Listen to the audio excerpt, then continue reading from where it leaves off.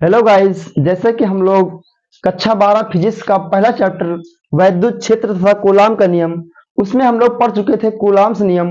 अब पढ़ते हैं वैद्युत क्षेत्र क्या होता है। तो वैद्युत क्षेत्र को पहले हम लोग समझते हैं कि वैद्युत क्षेत्र है क्या। वैद्युत क्षेत्र है तो किसी आवेश समुदाय के चारों ओर का वह क्षेत्र, किसी आवेश समुदाय के चारों ओर का वह क्षेत्र जहां पर किसी अन्य आवेश को लाने अथवा ले जाने में हमें जो आकर्षण व प्रतिकर्षण का जो अनुभव होता है उसे हम लोग कहते हैं वैद्युत क्षेत्र। क्या उसे कहते हैं? वैद्युत क्षेत्र। तो अब आगे चलते हैं, देखते हैं इसकी परिभाषा क्या है।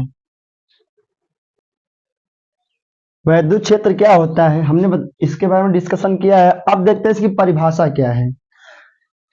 किसी आवेश समुदाय के चारों ओर का वह क्षेत्र जहां पर किसी अन्य आवेश को लाने अथवा ले जाने में हमें आकर्षण या प्रतिकर्षण का अनुभव होता है उसे हम लोग क्या कहते हैं? वैद्युत क्षेत्र।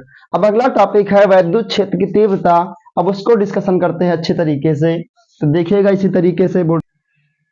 तो हमारा दूसरा टॉपिक ये है कि हम लोग पढ़ चुके हैं वैद्युत क्षेत्र। अब हम पढ़ेंगे वैद्युत क्षेत्र की तीव्रता। वैद्युत क्षेत्र की तीव्रता क्या है कि किसी धन परीक्षण आवेश को अनंत से वैद्युत क्षेत्र तक लाने में उस पर लगने वाला बल। हमने क्या कहा? किसी धन परीक्षण आवेश को अनंत से वैद्युत क्षेत्र तक लाने में उस परीक्षण पर लगने वाला बल, उस परीक्षण पर लगने वाला बल तथा उसी धन परीक्षण आवेश के अनुपात को हम लोग क्या कहते हैं? वैद्युत क्षेत्र की तीव्रता, और इसे कैपिटल ई से प्रदर्शित करते हैं। अब देखते हैं कि इसकी परिभाषा क्या है और इसका मात्रक और इसकी बीमा। अब देखते हैं वैद्युत क्षेत्र की तीव्रता की परिभाषा क्या होती है।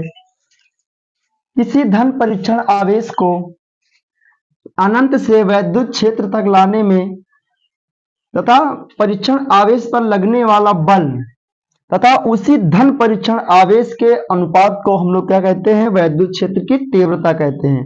वैद्युत क्षेत्र की तीव्रता का जो फार्मूला होता है E बराबर F/Q होता है। अब देखते हैं इसका बीमा और मात्रक। तो सबसे पहले इसका हम देखते हैं मात्रक। मात्रक क्या होता है?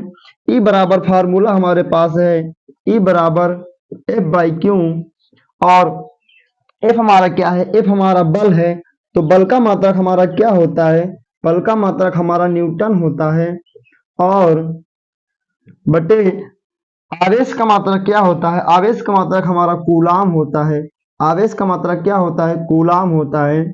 और इसका जो मात्रक आ गया न्यूटन, न्यूटन प्रति कूलाम। अब देखते हैं इसकी बीमा को। हम लोग इसकी बीमा को देखते हैं। तो बल की बीमा क्या होती है? बल की बीमा होती है mlt माइनस टू, और आवेश की बीमा क्या होती है?